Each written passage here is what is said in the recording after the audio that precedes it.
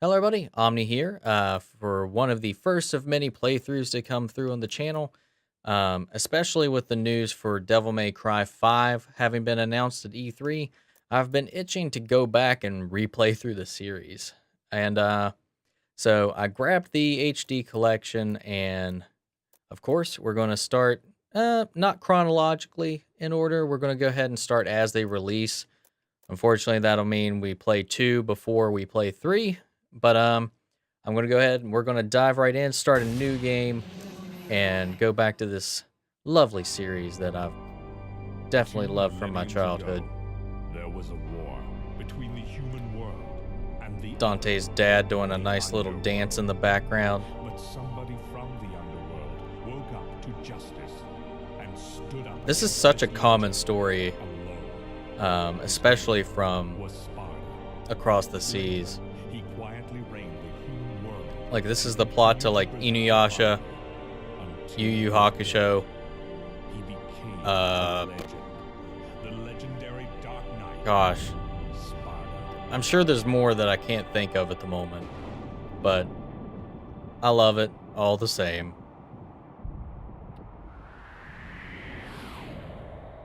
She's just like, did she take a plane? Did she jump out of a plane without a parachute? Or does she just live on the moon? Either way, Trish is awesome. The OG female Devil May Cry. character from these games. Lady's cool. Alicia's alright. But this, all these games, except I can't remember how 2 opens. All these games have such a over-the-top opening, and it's What do we have here? just summarizes the games all together. I love Dante. He's one of my favorite video game characters, probably top 10 video game characters from almost anything. I only take special jobs, if you know what I mean. I don't know why the sword was censoring those if they had just had, you know, sticky stars on those titties anyway. 20 years ago, the son of the legendary Dark Knight Sparta, Mr. Dante. Well, the way I figure it, in this business a lot of your kind comes around. And if I kill each one that comes, eventually I should hit the jackpot sooner or later. In that case, you should be used to this sort of thing.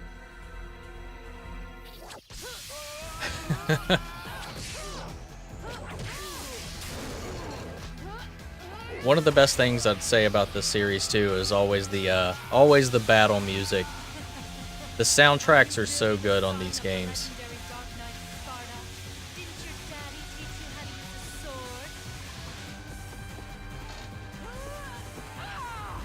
Sword. Time to go to work, guys. Gosh, I wish I could have. I really want to get some replicas of those guns.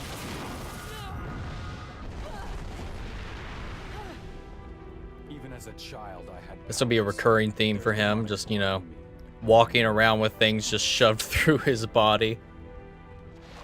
You were the first one to know about my vengeance. And the first time I saw that, I was just like, what?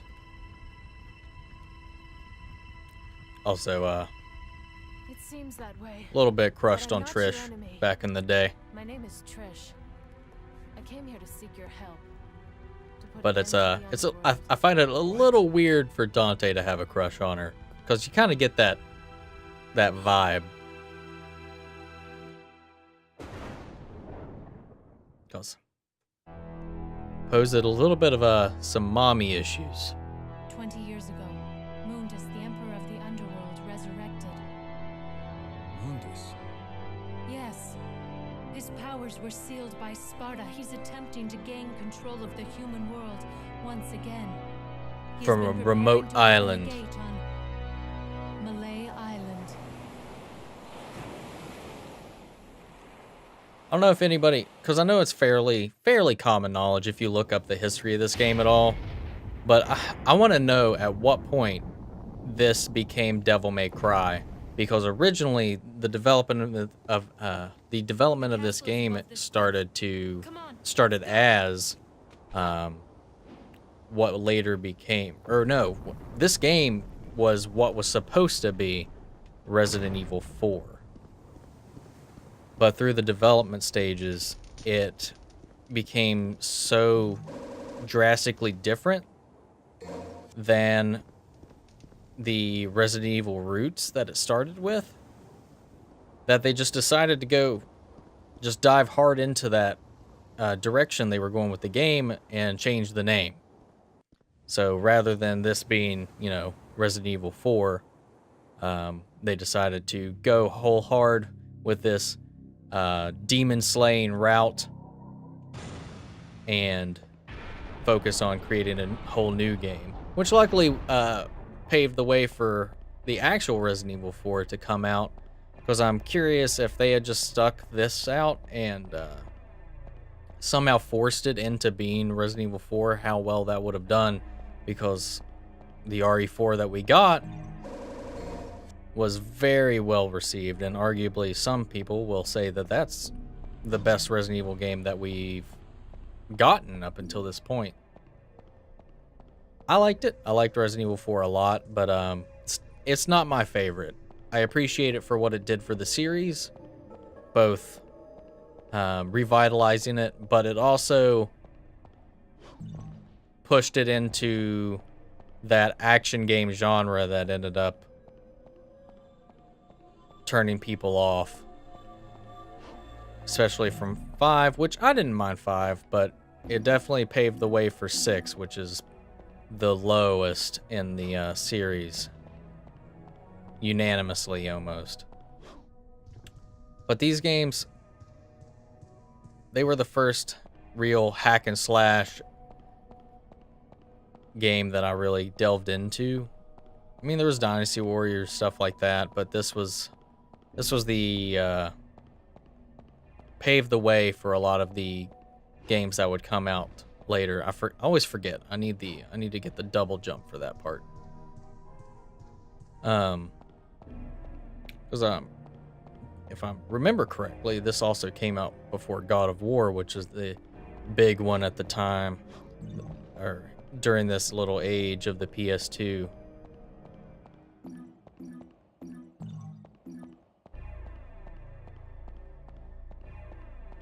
But I was an edgy little child, so I definitely gravitated to this game probably above a lot of the other ones that were coming out around that same time. Just the red leather coats, the big swords, all that action and edgy hard rock techno music. Really got young me nice and excited. This game too, like when I first played it, thought it was pretty creepy as well. The isolated setting, the singular castle on a remote island. And I'm not big on islands in the first place, because I have a little bit of a fear of water, or at least large bodies of water. So islands typically make me pretty uncomfortable. Thank you, game, for pointing me into the not-so-obvious area I'm supposed to go to. Just had to make sure that you pointed it out for me.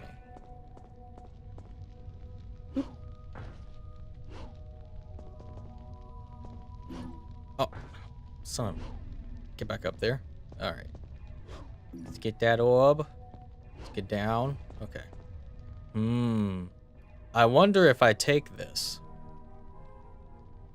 that something will happen.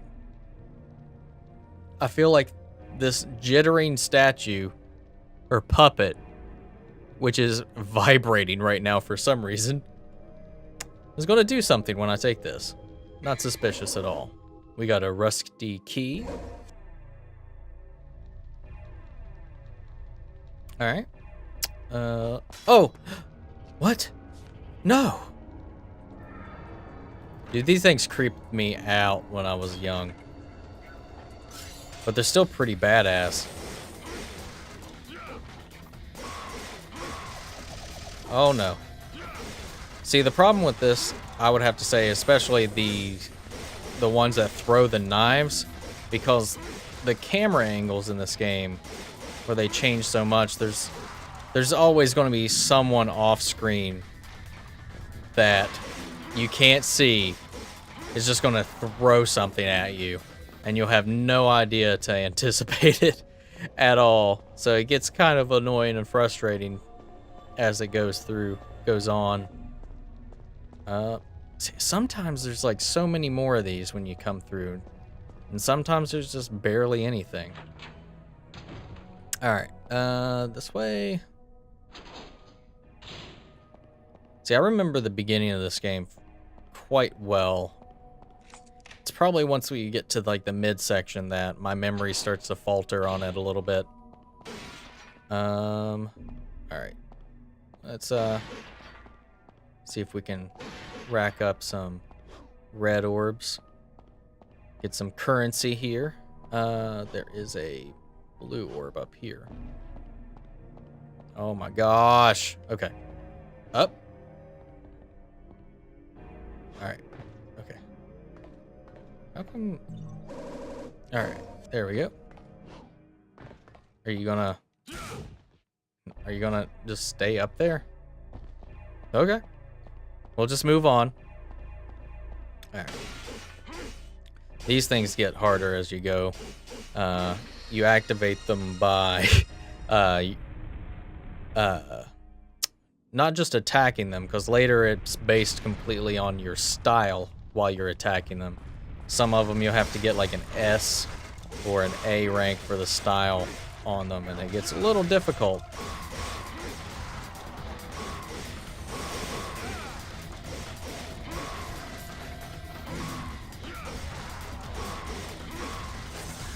Oh, what was it? I don't think I've seen one do that, like, shout thing before. Alright, wave 2.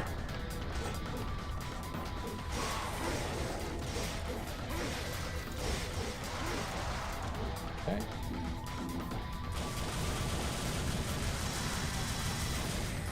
I like in the later games, I'm not sure which one is the first one to do it, but like you can just hold down the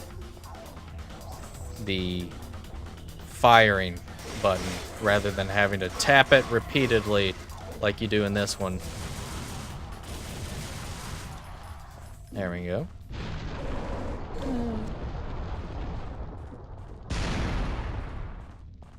That was probably the easiest time I've had with that little section. I don't think I even got hit, did I?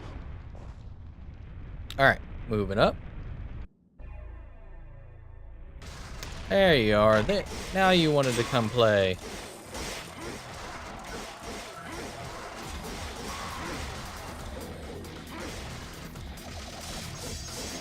See, like that, he just threw those saw blades and I had no indication. Oh my gosh.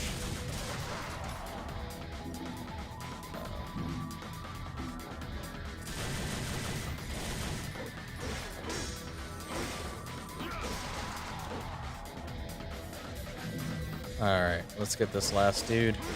I think we're coming up on the end of this mission. I think I'm going to break up this series into missions just because kind of gives a thematic closing point for each one. I don't like stopping in the middle of a mission or cutting in the before the completion of a segment. It just feels like an unnatural ending point. Yep. That was the end of it. What'd we get? Probably nothing too great. 8 minutes. That's not too bad of a clear time. What's my ranking? B. That's better than I thought. Got some breaking bonuses. Just because I'm a little sloppy when it comes to like chaining things together.